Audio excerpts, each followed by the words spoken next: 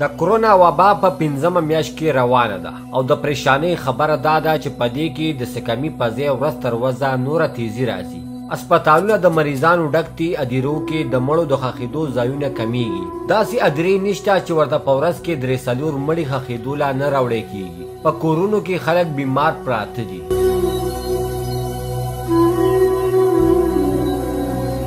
د هر څه یو طرف ته خو بل طرف ته د خس وایرس د کلو په ژوند جواک او سماج کې ډېر لوی بدلون راوستی دی. هغه په دیرو کې ناستې پاستې تعلق او د کلو په خپل منځ کې د مینې محبت هغه زمانې لاړې په سین لاهو شوې. څنګه چې دا وبا شروع شوې ده د بیمارو غمونو او جنازو یو نه ختمېدونکې لړۍ روانه ده.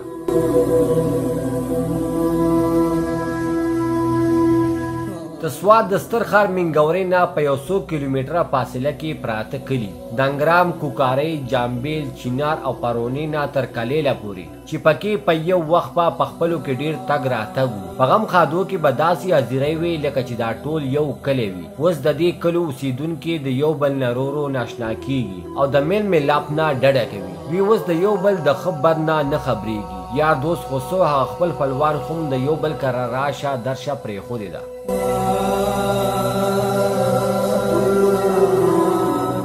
دلته اوس په لارو کوڅو کې هغه رونقونه نشته. سهار غرمه به د سکولونو د ماشومانو په بېلابېل یونیفارم کې چې کوم تګ راتګ و او د ژوند نښې نښانې به په خوندور انداز کې روانې وي. سپېره وایرس د لاسه هغه ټولې سرګرمۍ نن سبا پرونۍ کیسې جوړې شوي دي. دلته اوس د غمونو او جنازو موسمونه دي. د هر سړي روزانه اولنی کار ځان جنازو او لاسنیوو ته رسول دي. د علاقې کاروبارونه متاثر شوي دي او سخته بېروزګاري ده. کوڅه په کوڅه سوالګري واړه او زنانه ګرځي.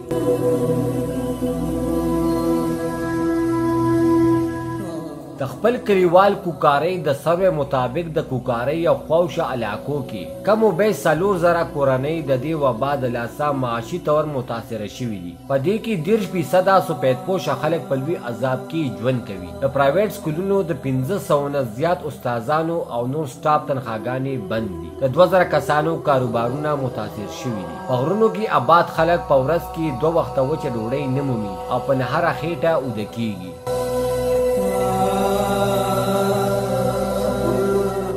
تنظیم حکومت ته اپیل کوي چې د متاثره طبقو د پاره دی د وړو کاروبارونو شروع کولو د پاره د مالی تعاون سره د بانکونو په ذریعہ په اسانو شرایطو د قرض یاسنه سکیمونه شروع شي چې دا خلک په خپل خپو ودرېږي او سماجی ژوند یو ځل بیا په خپل ډګر روان شي.